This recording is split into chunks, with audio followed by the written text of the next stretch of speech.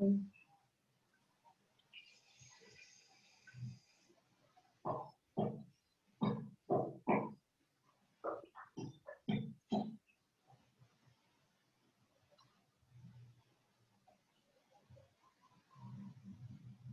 Dari awal kan?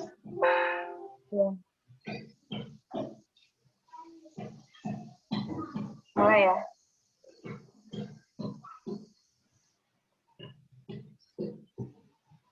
Halo teman-teman semua, perkenalkan nama saya Elizabeth Puspa.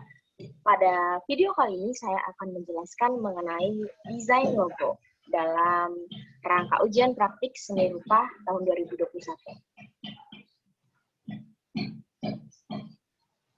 Sebelumnya, kita perlu tahu dulu logo itu apa sih gitu.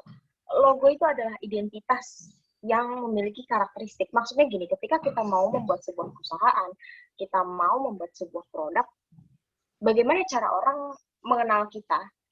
Jadi dapat dikatakan bahwa logo juga sebagai media untuk memperkenalkan orang lain tentang apa yang kita berikan gitu loh. Yang bermaksud adalah memberitahu identitas kita itu apa, seperti apa, dan yang paling penting adalah memiliki karakteristik. Jadi tujuannya adalah untuk menjelaskan secara visual gitu loh. Kalau secara karakteristik kita nggak punya ciri tersendiri, ya kita tidak bisa yang namanya dikenal orang dengan baik seperti itu. Selanjutnya, logo itu memiliki unsur. Unsur-unsur logo itu ada 5. Ada kesatuan, daya tarik, irama, proporsi, dan keseimbangan. Kalau kesatuan itu artinya berhubungan. Maksudnya gini, logo itu harus berhubungan dengan produk atau sesuatu yang ingin kita sampaikan ke orang lain. Jadi kita nggak bisa yang namanya bikin produk makanan nih misalnya, tapi logonya kopi gitu. Ya memang sama-sama dapat dikonsumsi, tapi nggak nyambung gitu, tidak memiliki hubungan gitu. Kemudian daya tarik atau dominasi, logo kita tuh lebih dominan ke apa sih gitu. Dengan dominannya seperti itu orang jadi tahu, oh ternyata ini yang jual makanan nih, seperti itu. Kemudian harus berirama atau berkesinambungan, jadi nggak flat gitu aja gitu loh. Harus ada apa ya, tambahan-tambahan yang membuat orang jadi tertarik gitu. Kemudian proporsi itu lebih ke ukurannya gitu loh. Strukturnya tuh lebih enak lah dipandang, jadi nggak monoton, orang nggak cuman ngelihat segelintir gitu aja gitu loh, tapi orang juga tahu, oh logo ini, produk ini seperti ini, dia menjabarkan ini dan menjabarkan ini seperti itu. Kemudian ada keseimbangan. Keseimbangan ini maksudnya seimbang antara logo, produk, dan penempatan elemen di dalam logo tersebut gitu loh. Jadi misalnya di logo tersebut kita mau jual makanan, ya kita perlu yang namanya menjelaskan tentang produk apa aja nih yang kita jual di situ, seperti itu. Selanjutnya kita masuk ke tahap membuat logo. Gimana sih cara membuat logo? Gitu. Kita perlu tahu dulu nih. Yang pertama adalah logo dasar. Sebelum kita masuk untuk coloring, kita perlu bikin dulu basicnya, atau ya kita bisa sebut dengan gambaran kasarnya lah gitu. Kalau ini yang sudah saya edit tentunya ya, lebih mudah juga dicarinya.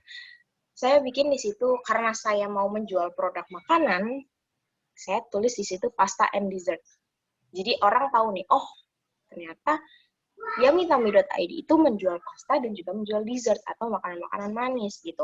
Kemudian orang juga perlu tahu kalau makanan yang saya jual itu sehat dan juga lezat. Makanya saya beri keterangan bahwa itu adalah makanan yang healthy dan juga delicious.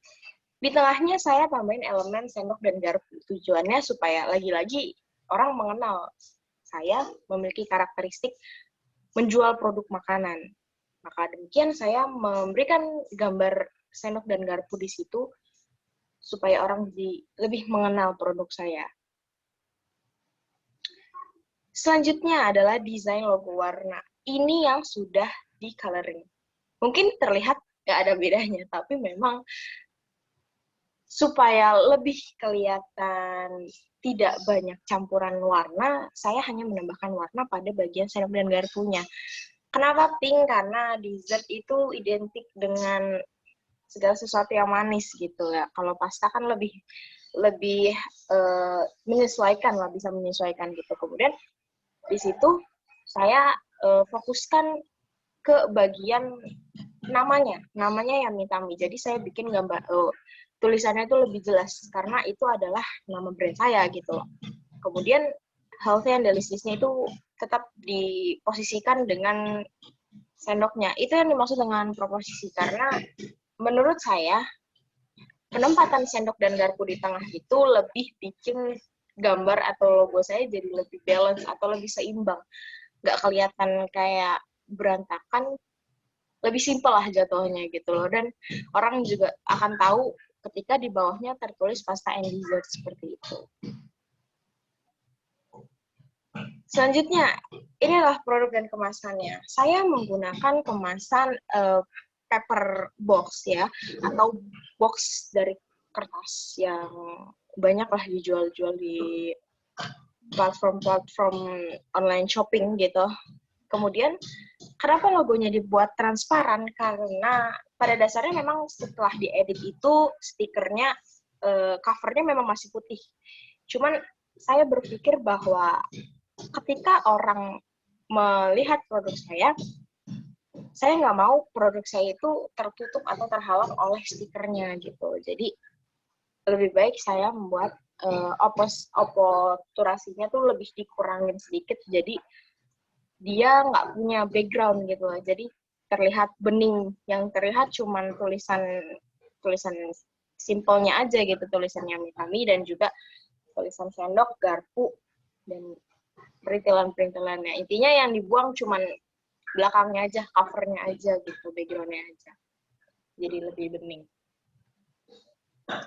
Setelah itu, ukuran logonya. Karena ini adalah persegi, jadi sisi-sisinya pasti memiliki panjang dan lebar yang sama.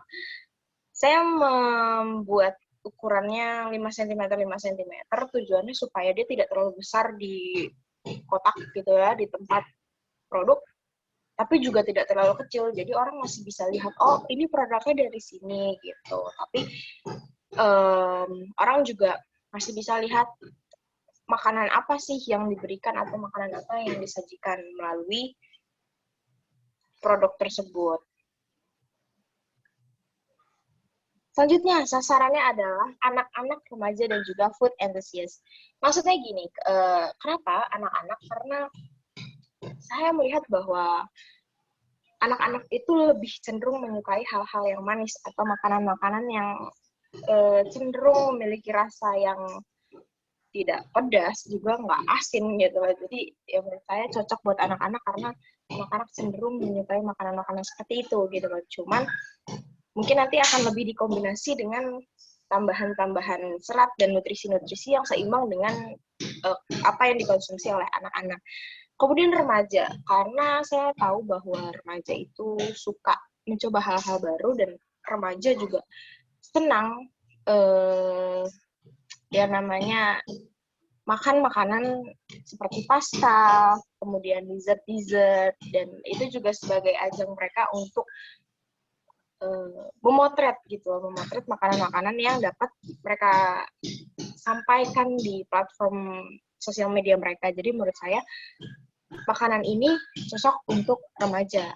Kemudian food enthusiast. Kalau food enthusiast itu memang sudah pada dasarnya mereka suka dengan makanan gitu. Jadi menurut saya ini cocok juga untuk mereka yang menyukai makanan seperti food vlogger gitu ya. Saya rasa mereka juga akan tertarik untuk mencoba makanan-makanan seperti ini. Demikian yang bisa saya sampaikan. Semoga desain dan logo ini membantu kalian untuk menentukan apa karakteristik dan identitas kalian untuk membangun sebuah perusahaan atau membuat sebuah produk.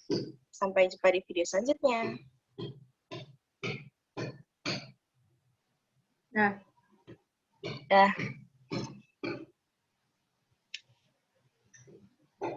itu videonya masuk mana sih, Jel? Kalau kamu? coba ya. Stop.